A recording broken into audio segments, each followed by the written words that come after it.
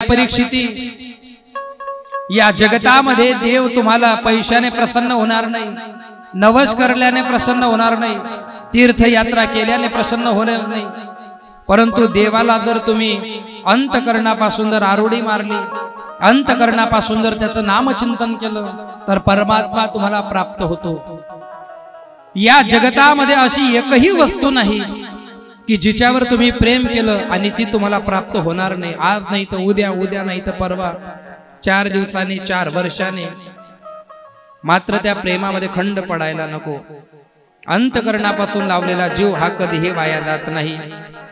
राधेला माहिती होतं की कृष्ण माझ्याशी लग्न करू शकत नाही, कृष्ण माझ्यासोबत राहू शकत नाही, जो मला मिळू शकत नाही, तरी सुद्धा त्याच्यावरती प्रेम होणं हा राधेचा खरा भाव होता।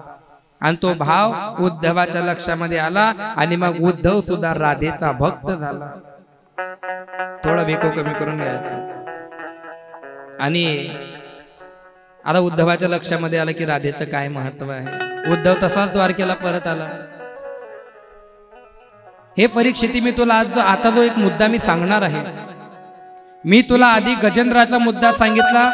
गजेंद्राच्या मुद्द्यातून तुम्ही सर्वांनी एक शिकलं पाहिजे, सगळे लोक तोवर तुमचे आहे जोपर्यंत तुमची परिस्थिती चांगली आहे, जोपर्यंत तुमचं शरीर चांगलं आहे तोपर्यंत सगळे तुमचे। हे गजेंद्र मोक्षातून श्रीमद भागवतात शिकलं पाहिजे।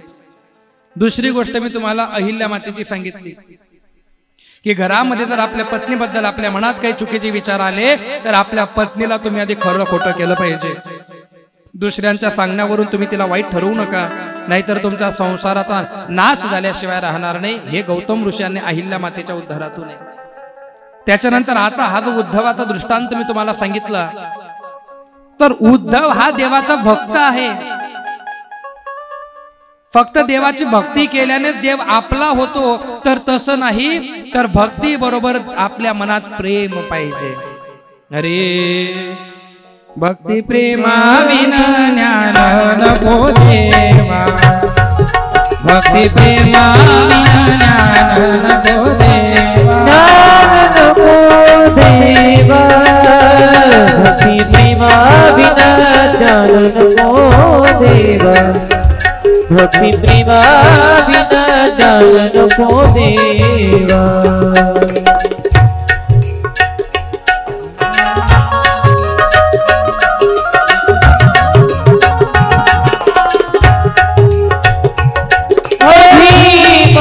नित्य नवा कया माझी, अभिमान नित्य नवा कया माझी, प्रेम सुख दे, प्रेम सुख दे, प्रेम सुख दे, प्रेम सुख दे, प्रेम विना नाही समाधान। वाव, प्रेम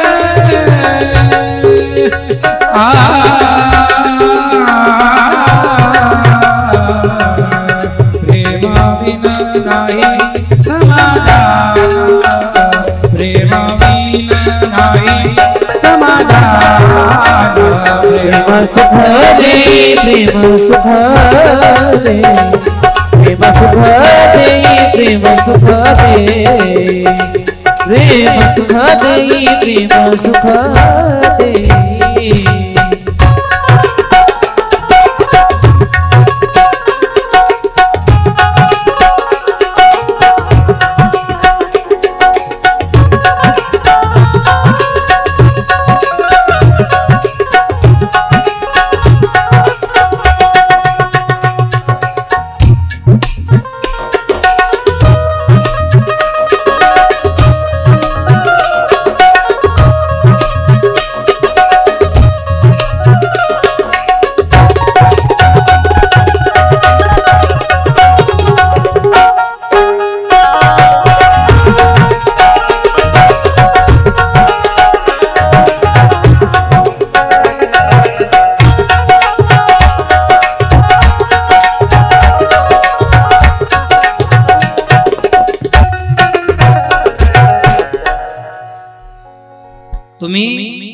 भक्ती करत असाल, देवधर्म करत असाल, विकू कमी करून घ्या.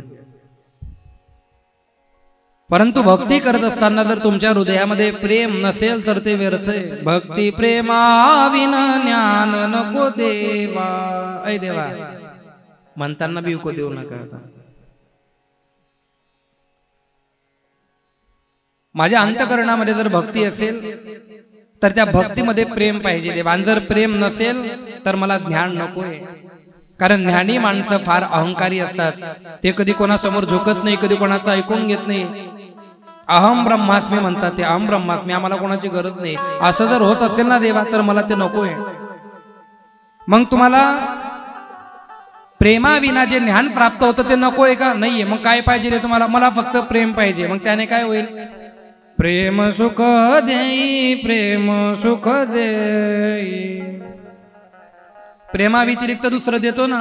प्रेमाविन नाही समाधान, प्रेम सुख देई, प्रेम सुख देई. अजून एक दृष्टांत दिला होता की ज्या माणसांकडे ज्ञान आहे, जे माणसं भक्ती करतात, पण जर त्या माणसांच्या हृदयात प्रेम नसेल तर ते लोक कोणासारखे माहितीये का? रांडवेने जेवी शृंगार केला, प्रेमाविन ज्ञानी झाला तैसा, प्रेमाविन ज्ञानी झाला तैसा. अर्थ समजला नाही महाराज सांगतो ना. विधवा बाई आहे, विधवा. रांडवेने जेवी शृंगार केला.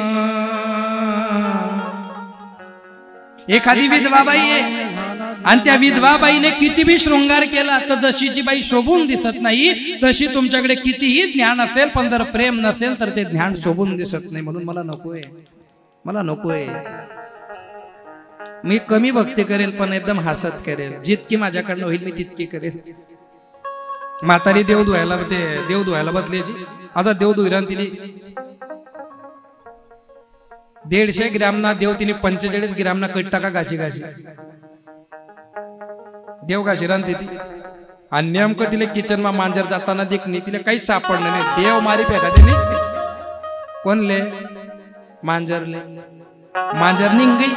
अहो देव गटार मा जाई पडणार. गल्लीमा कोणीच नाही होतो. आई गटार मा हात घालायला गई तर ती मांजर होणी. मांजरले वच किशन आई बी गटार मा पडी गई. देव ते वर उन्हा नाही पण हिनं तंगड मुडी घ्या. आणि आई डॉक्टरले सांगे इथला देव धुवात म्हणे. देव काय आळा उन्हा नाही. तू आडी चालली ते.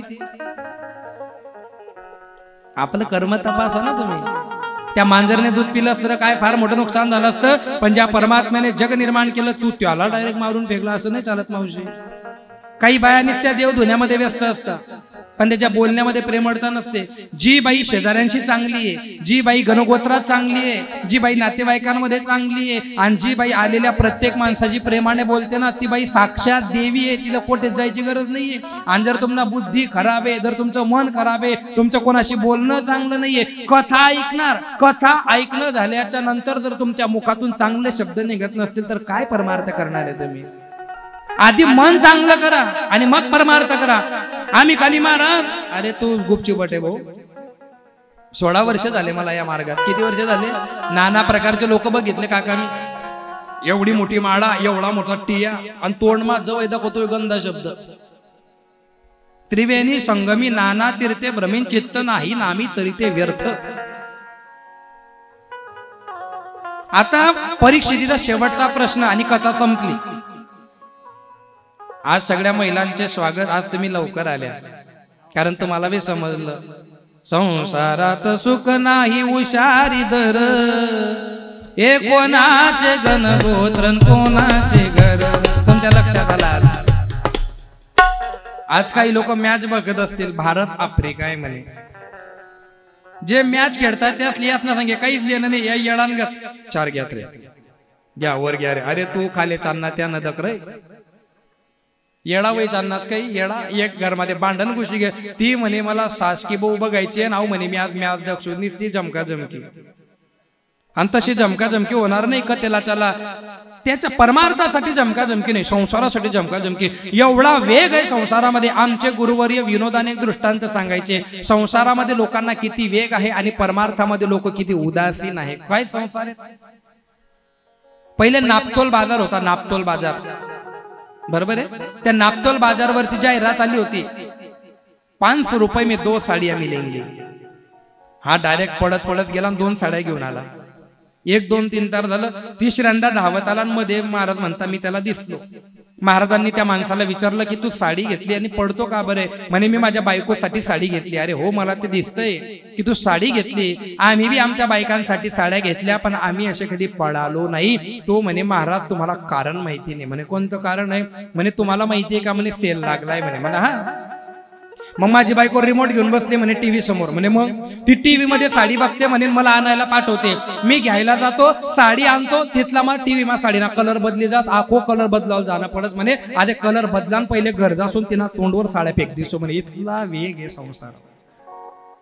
काय करणार. परीक्षिती राजाचा शेवटचा प्रश्न आणि इथं बसलेल्यांपैकी सर्वांना तो एकदा तरी पडला असेल. राजा परीक्षितीचं असं म्हणणं आहे शुकमुनींना, एवढं मोठं महाभारत घडलं, एवढे मोठे लोक मेले, एवढ्या मोठ्या बाया विधवा झाल्या, या भारत वंशाचा नाश झाला, हे रोखता येऊ शकलं असतं का. शुकमुनी म्हणता हो हो. मग कृष्ण परमात्म्याने रोखलं नाही का. केले होते प्रयत्न. मग का झालं हे महाभारत. का श्रीमद भागवत एवढं वाढलं. काय कारण आहे ते कारण सांगतो आणि कथेची समाप्ती करतो. कोणामुळे झालं असेल बरं महाभारत. काही आयडिया तुम्हाला. महाभारत कोणामुळे झालं असेल काका. नाही माहिती. जाऊ द्या. हितेश महाराज तुम्हाला माहित नाही का महाभारत कोणामुळे झालं. लक्ष द्या एकदा. बऱ्याच लोकांचं असं म्हणणं आहे की महाभारत द्रौपदीमुळे झालं. ती जर बोलली नसती ना अंधे का पुत्र अंधा. माझं चॅलेंज आहे तुम्हाला, श्रीमद भागवतात मला तुम्ही दाखवा असं द्रौपदी कधी बोलली होती. टीव्ही मध्ये बघून ज्ञान घेऊ नका, व्हॉट्सअपचे मेसेज बघून ज्ञान घेऊ नका. पहावे ग्रंथ आणि मग करावे कीर्तन. कोणत्या ठिकाणी लिहिलंय की द्रौपदीने म्हटलं अंधे का पुत्र अंधा. पागल झाले तुम्ही. काहीच म्हटलं नाही, लिहिलंच नाही असं. श्रीमद भागवतात नाहीच येते. अजून दुसरं आहे, महाभारत घरात ठेवू नये म्हणे. घरात महाभारत होतं कितला बिंडोक प्रश्न आहे.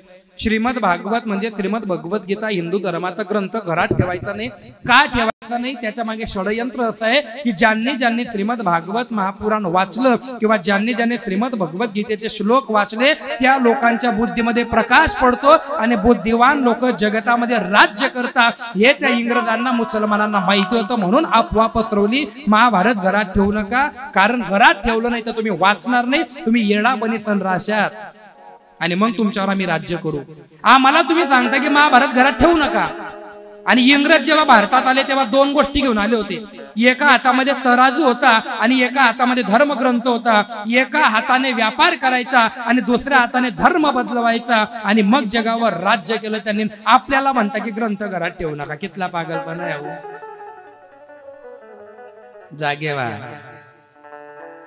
खरा शोध घ्या. काही म्हटलं नाही तिने अंधे का पुत्र अंधा. पुऱ्या भागवतात वर्णन नाही तसं सांगितलं. रामानंद सागरच्या टीव्हीने घेऊन बसलो आपण. तेच काही गरज नाही. इतकी बावरट होती कधी म्हणायला काही नाही. कोणामुळे झालं महाभारत ऐका ना, सांगतो तेच सांगतोय.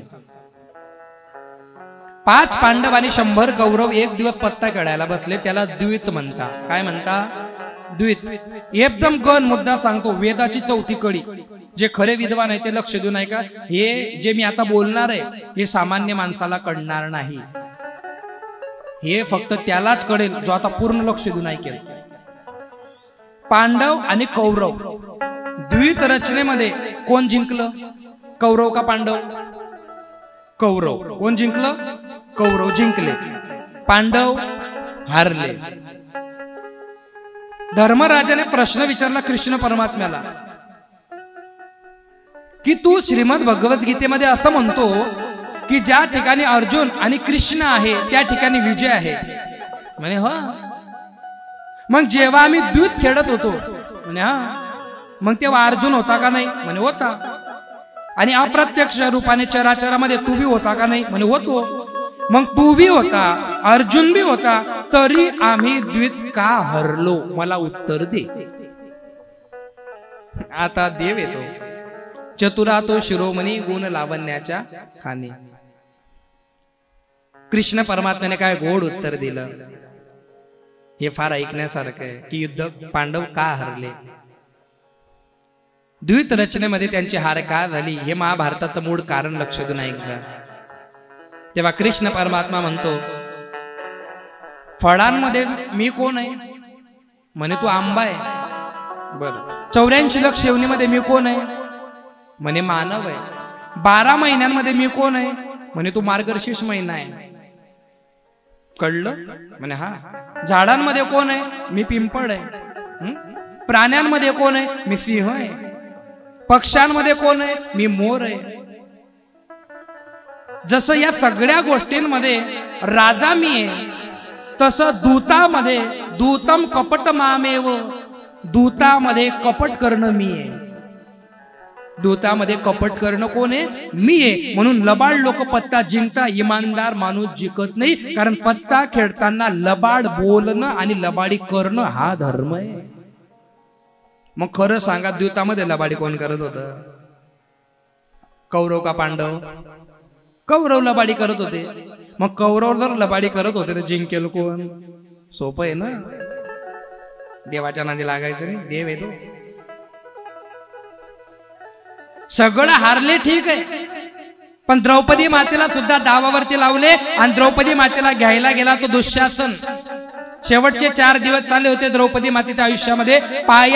पाण्यात पाय टाकून द्रौपदी माता केस मोकळे सोडून बसलेली होती.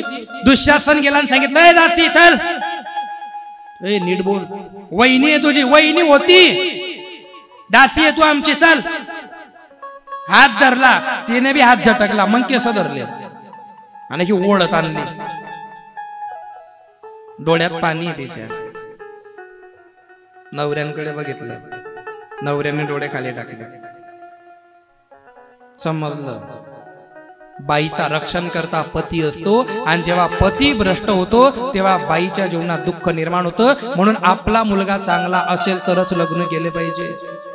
जर माणूस कमवता असेल, माणूस निर्वेशनी असेल आणि माणूस जर घराची जबाबदारी स्वीकारणार असेल तरच त्याने लग्न करावं. आणि जर त्याला व्यसन करायचं असेल, बाहेर लफडे करायचे असतील, चोऱ्या करायच्या असतील, तर सिंगल राहायचं आणि एक दिवस मरून जायचं. दुसऱ्याच्या पोरीचा पाय पसवायचा नाही. तुम्हाला अधिकार नाही तो. द्रौपदी मातेने बघितलं, धर्मराज, अरे भीमासारखा नवरा आहे माझा, अर्जुनासारखा धनुर्धर आहे, नकुल सहदेवासारखे तेजस्वी कुमार माझे पती आहे, आणि जो जगाला धर्म शिकवतो तो युधिष्ठिर माझा नवरा आहे, तरी त्यांच्या डोळ्यासमोर माझे कपडे काढले जात आहे. हे महाभारत आहे. थुंकली द्रौपदी तिथं. तू असो तुमची मर्दानगी. आणि मग तितक्यामध्ये दुर्योधनाने सांगितलं, या सभेमध्ये कोणाकडेच बघू नको, ये इकडे माझ्या मांडीवर बैस. हे कारण आहे महाभारताचं. मग भीम उठले, मांडीवर बैस म्हणतो ना, या मांड्या फोडून तुला नाही मारून टाकलं ना तर माझं नाव भीम नाही. पहिली प्रतिज्ञा.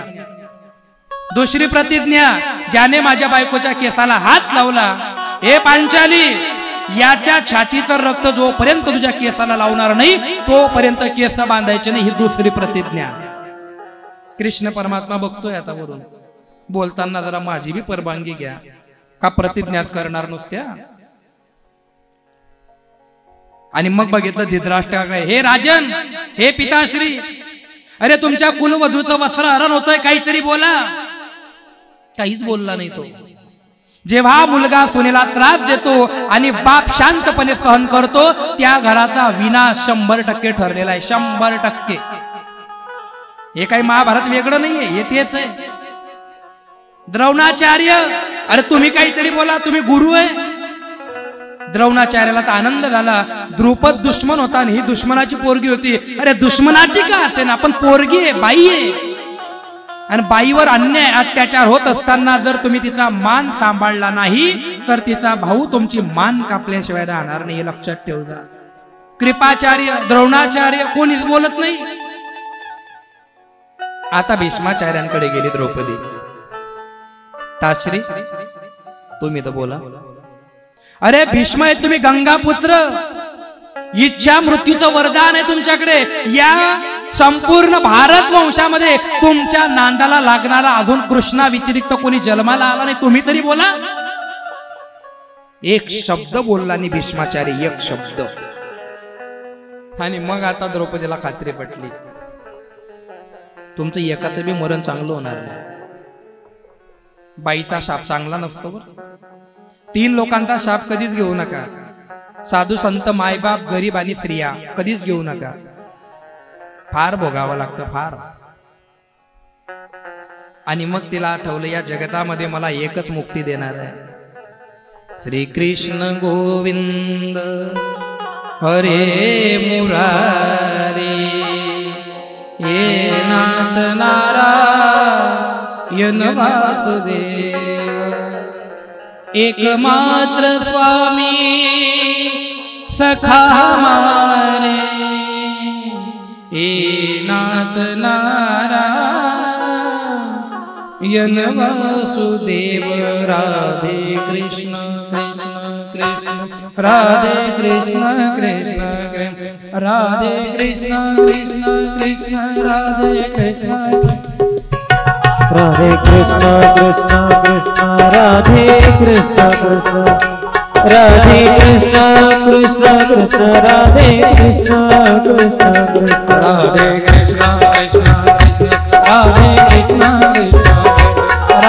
कृष्ण कृष्ण कृष्ण राधे कृष्ण कृष्ण कृष्ण राधे कृष्ण कृष्ण राधे कृष्ण कृष्ण कृष्ण राधे कृष्ण कृष्ण राधे कृष्ण कृष्ण कृष्ण राधे कृष्ण कृष्ण राधे कृष्ण कृष्ण कृष्ण राधे कृष्ण कृष्ण कृष्ण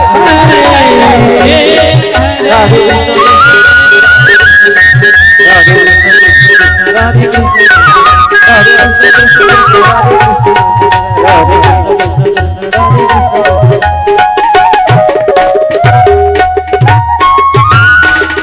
यदा यदा हि धर्मस्य ग्लानिर्भवति भारत अद्भुतानां धर्मस्य तदात्मानं सृजाम्यहं परित्राणाय साधूनां विनाशाय च दृष्टितां धर्म संस्थापनार्थाय संभवामि युगे युगे.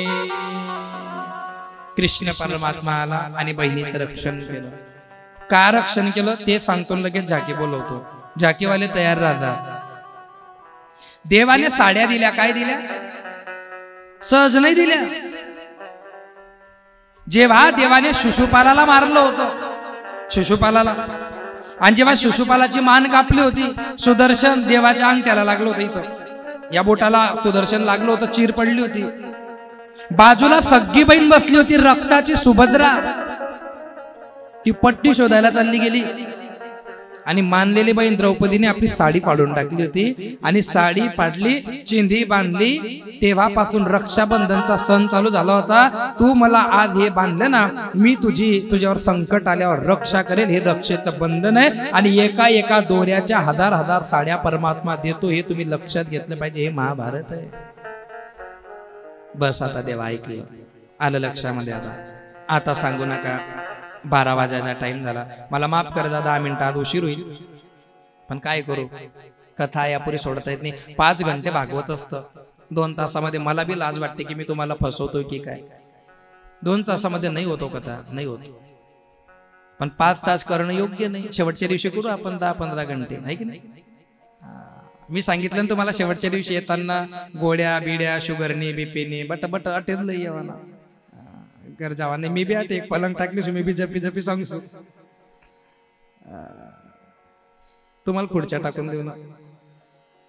चहा येत जाईल 2-3 मिनिटात, लगेच चहा भेटेल. मग आता मला असा एखादा दृष्टांत सांगा की ज्याने चांगलं कर्म केलं, ज्याने देवाची मदत केली आणि देवाने त्याला धोका दिला लोकांना दाखवण्यासाठी. मग असं एक दृष्टांत आहे, येऊ द्या. जन्म अनमोल रे, मनुष्य जन्म अनमोल रे, इसे मिट्टी में ना रोल रे। अब जो मिला है फिर न मिलेगा, कभी नहीं कभी नहीं कभी नहीं रे। मनुष्य जन्म अनमोल रे, मिट्टी में तू रोल रे। अब तो मिला है फिर न मिलेगा, कभी नहीं कभी नहीं कभी नहीं रे।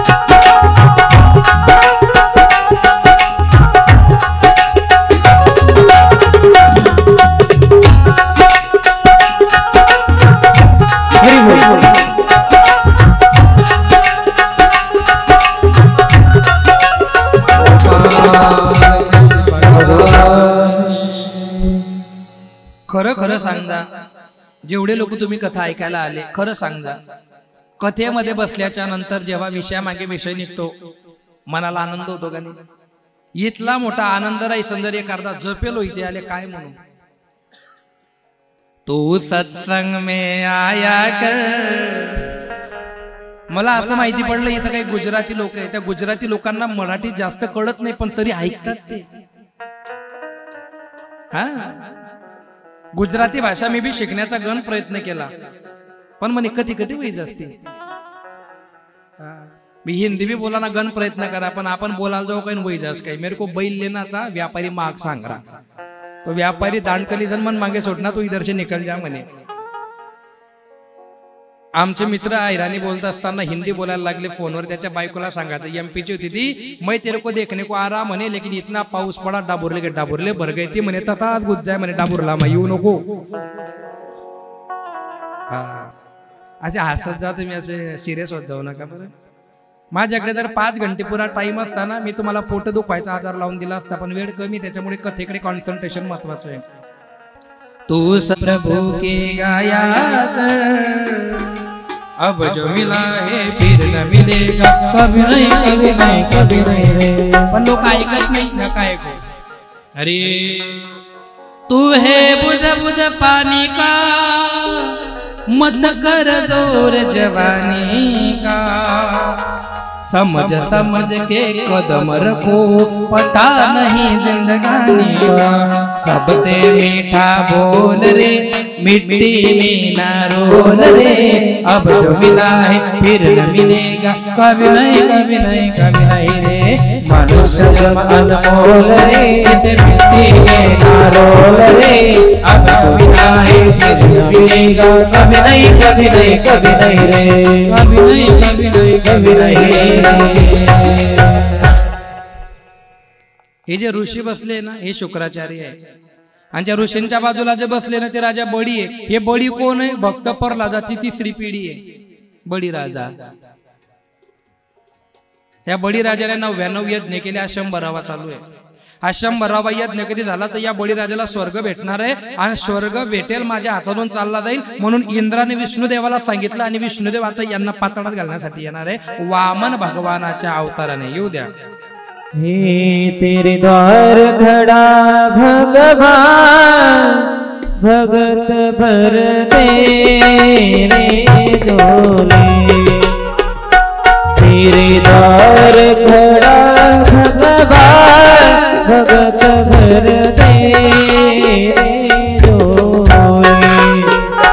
तेरे द्वार खड़ा भगवान, भगत भर तेरे डोले, भगत भर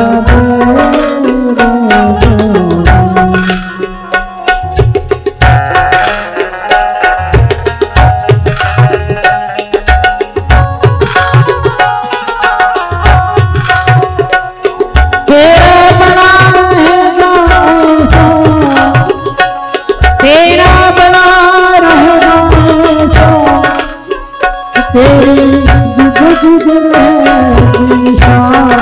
भगत भरते डोली भगत भरते तेरे द्वार खड़ा भगवान भगत भरते डोली भगत भरते डोली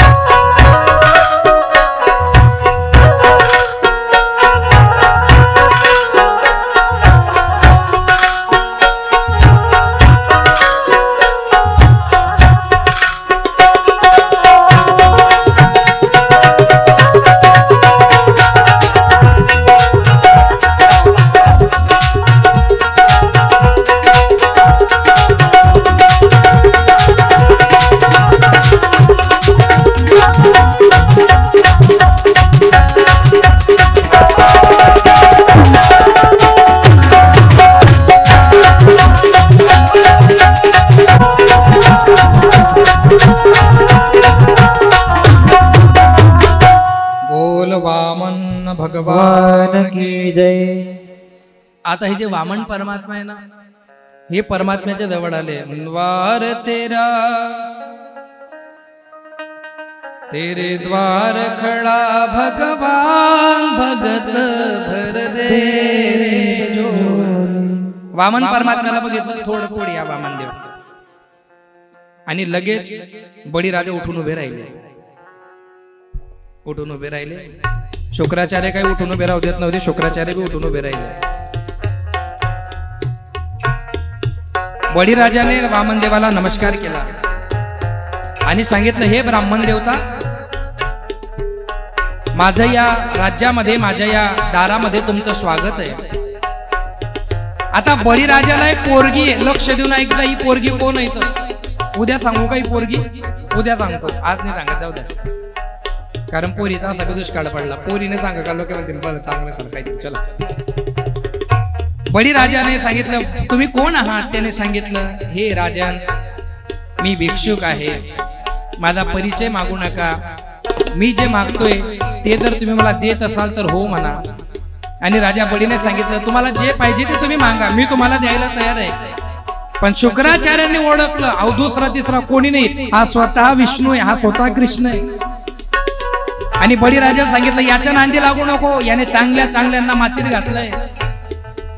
पण बळीराजाने सांगितलं, नाही, माझ्या द्वारात आलेला मी प्रत्येकाला देणार म्हणजे देणार।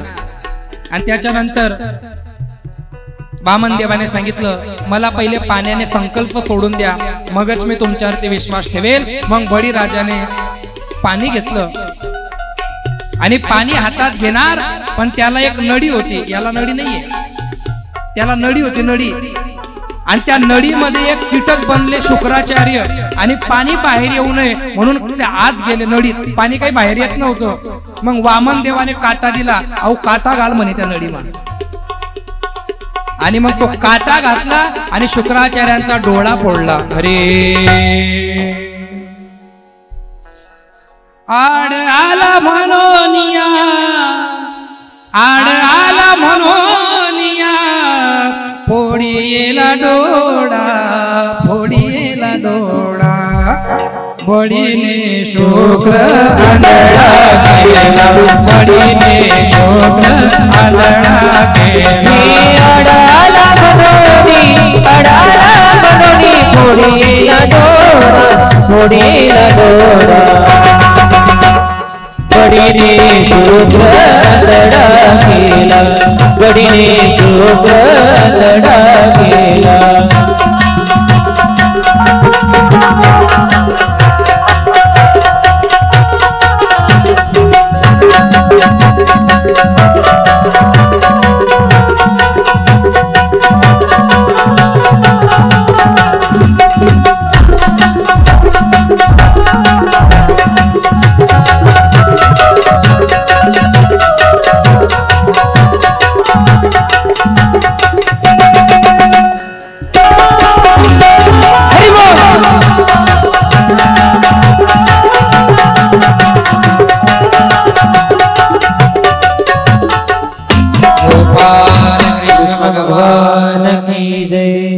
आणि मग वामनदेवाने सांगितलं मला फार काही नकोय, मला फक्त आणि फक्त 3 पग भूमी पाहिजे. आणि बळीराजाने हसत सांगितलं रे देवा मागितलं मी तर काय मागितलं, 3 पग भूमी. शुक्राचार्य म्हणे डोकं फिरवू नको, 3 पग नाही तो एकच पग मा बटल जाईल. अरे तो इथला साचा आहे, तो इथला असा नाही, तो इथला असा दिकी राहणार फक्त, आणि तो आखो मनकडे दकी राहणार. त्याला बिचाराला थंडी वाजच होई, तो म्हणे तो आवरणार आहे मनोज महाराज आवरणार आहे. आणि मग एकदा प्रण दिला तो दिला. रघुकुल रीत सदा चली आई, प्राण जाय पर वचन न जाय.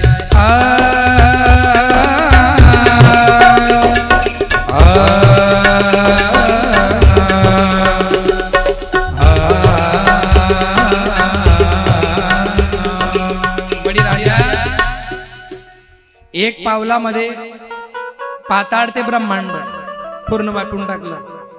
दुसऱ्या पावलामध्ये 3 लोक व्यापून टाकले. तिसरं कुठं ठेवायचं, बळीराजाने सांगितलं एकच आहे आता 3रं पाऊल तुम्ही एक काम करा. या जगात आता माझं काहीच राहिलं नाही, या जगात आता फक्त हे शरीर माझं आहे. आता हे शरीरच मी तुम्हाला देऊ शकतो. आणि राजा बळी टोंगड्यांवरती बसला. पुढे सरका बळी राजा, वामनदेव पुढे जे अजून पुढे सरका.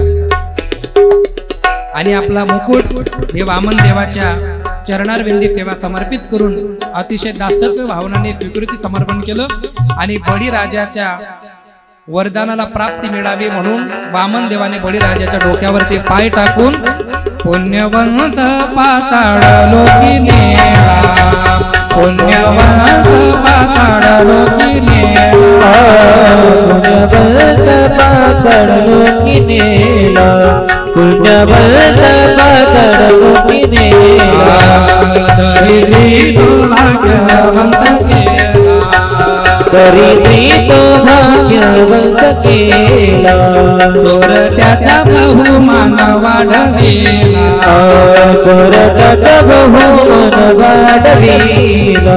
कीर्तिमानाचा अपमान केला, कीर्तिमानाचा अपमान केला. झाला तुझा दरबार, झाला तुझा दरबार, झाला तुझा दरबार. बोल वामनदेव भगवान की जय, कृष्ण भगवान की जय. श्रीमद भागवत महापुराण श्री राधारानी सरकार. नमः पार्वती पते हर हर महादेव. सनातन हिंदू धर्म की जय, भारत माता की जय.